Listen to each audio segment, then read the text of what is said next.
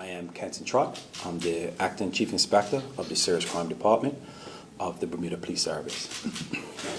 Just for your information, we're going to have a press conference today to give you guys some additional information. So detectives from the Serious Crime Unit continue to investigate the double murder of Razai Garland and Eamon Robinson, who were fatally shot in the Fort Scholar area in Sandys at approximately 6:05 a.m. on Wednesday, the 10th of July, 2024. Razai was 18 years old at the time of this tragic incident. Eamon was 19 years old. Both men were deeply cherished. Razai, a former deputy head boy at the Berkeley Institute and scholarship recipient, and Eamon, known for his volunteer work in Devonshire. Their futures were full of promise, and their loss has left a lasting impact on those that knew him. Investigators are renewing their appeal for relevant information in relation to this matter. We are particularly keen to hear from area residents who may have seen any suspicious individuals, vehicles in the area of Somerset Road and Songview Road in Sandys prior to or after this particular crime was committed. Community involvement is so crucial and critical to bringing perpetrators of this crime to justice. All information received will be treated with the strictest of confidence. Every detail could help bring justice and closure to the families and to our community. Anyone who can assist is encouraged to contact the Senior Investigating Officer, who is Acting Detective Inspector Anika Donowa, by calling 717-2250 or via email adonowa@bps.bm. Alternatively, anonymous tips can be provided through the independent and confidential Crime Stoppers hotline, which is 800-8477, as well as the website www.crimestoppers.bm. At this moment, we're going to hear from the mother of one of the victims.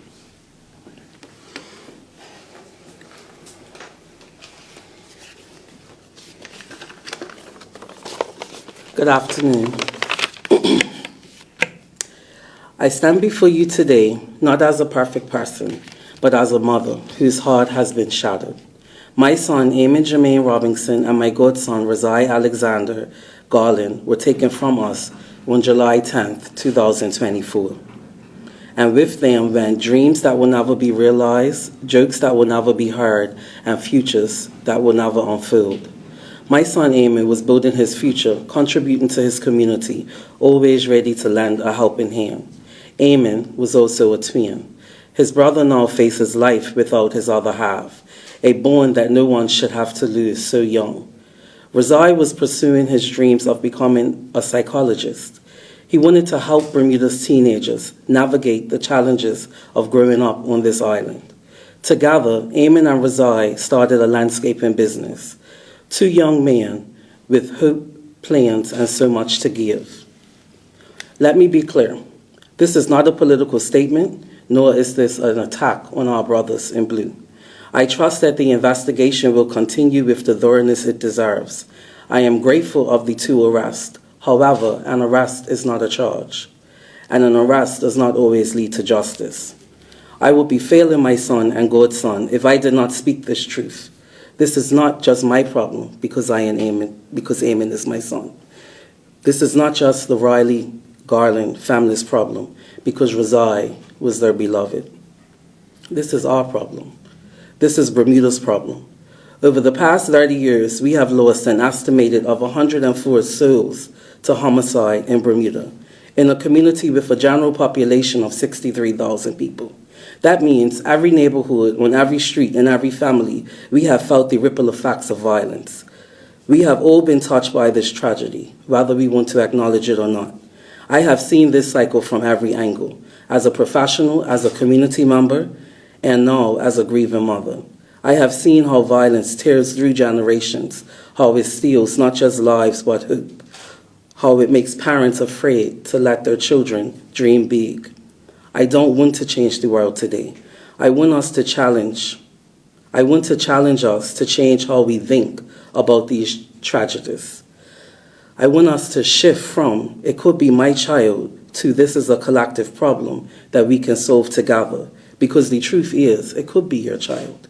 It could be your grandson, your nephew, your neighbor's son. It could be the young man that packs your groceries, or who cuts your grass, or who sits next to your child at school. Violence doesn't discriminate. It doesn't care about your social status, your family name, or your neighborhood. If we continue to think this only happens to other people's children, we will continue to lose our young men and women. We will continue to attend funerals instead of graduations. We will continue to plan memorial services instead of celebrations of achievements.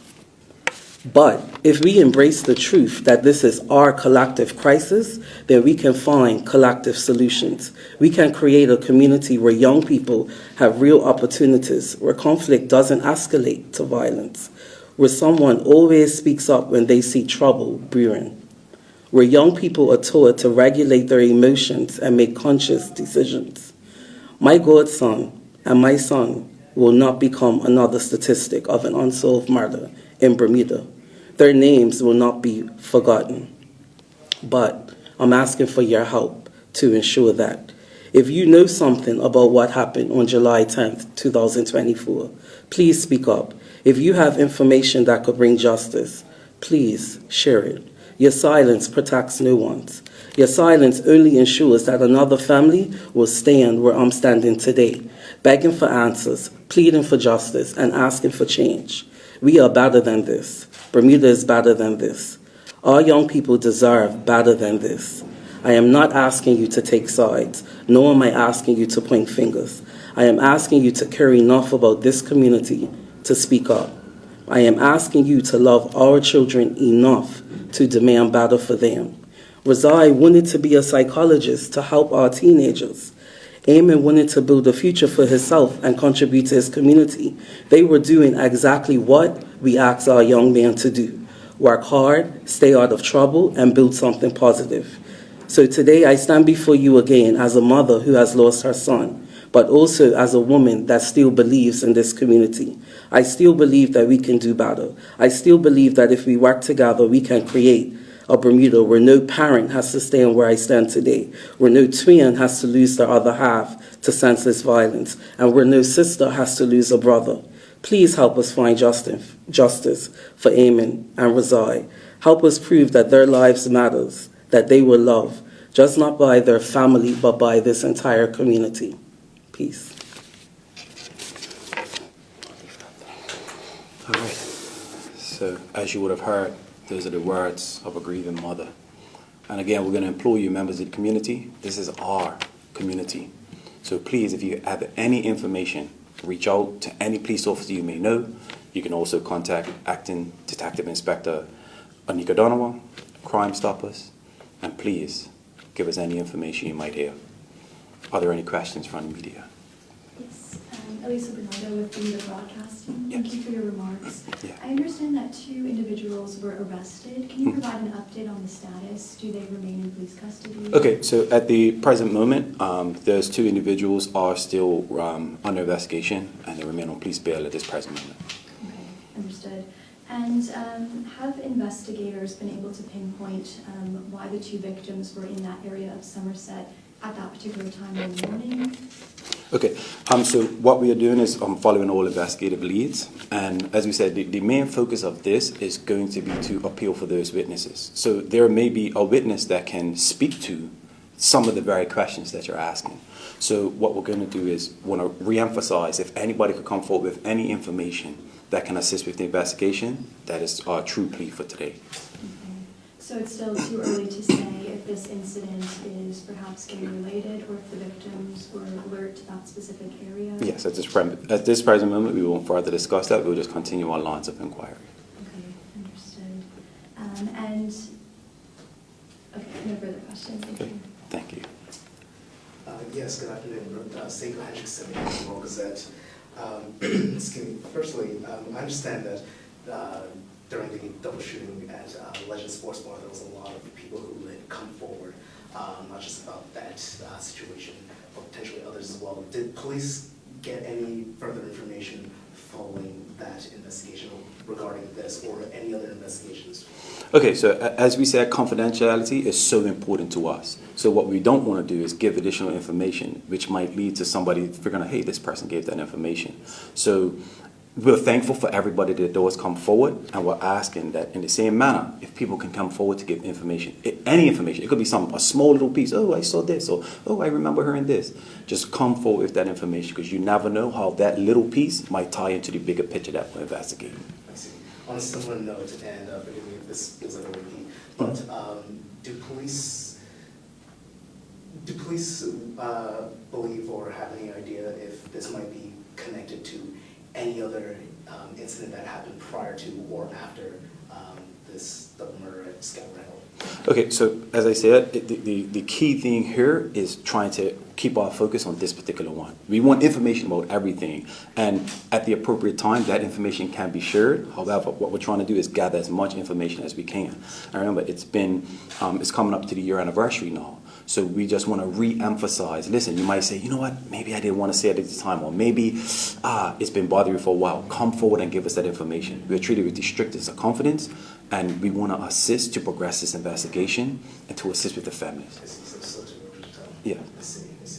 And I guess on the on the note of the families, this is really more so aimed at the mother. You mentioned that this is a community issue, and we did see a similar thing come up when other when other murders have taken place in the past.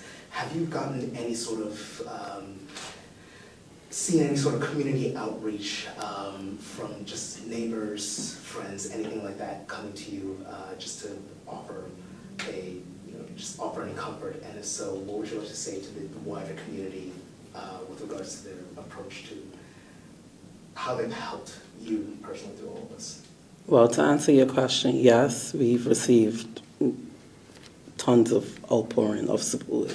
We have not lacked in that area, and we appreciate all the support we are getting from people we know, people we don't know, and just the overall community that have been affected by the tragedies, as I stated. I'm sorry, what was the second part of your question? Just, is there anything that you'd like to say to the community regarding how they comforted you? I'm thankful.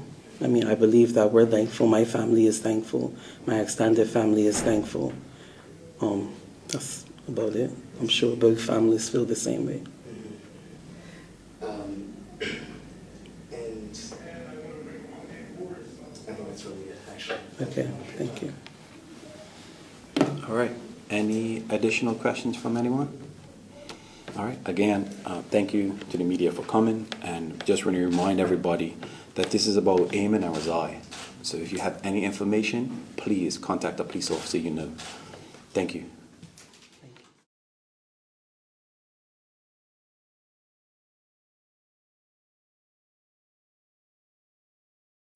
Bermuda Live on YouTube. Subscribe now.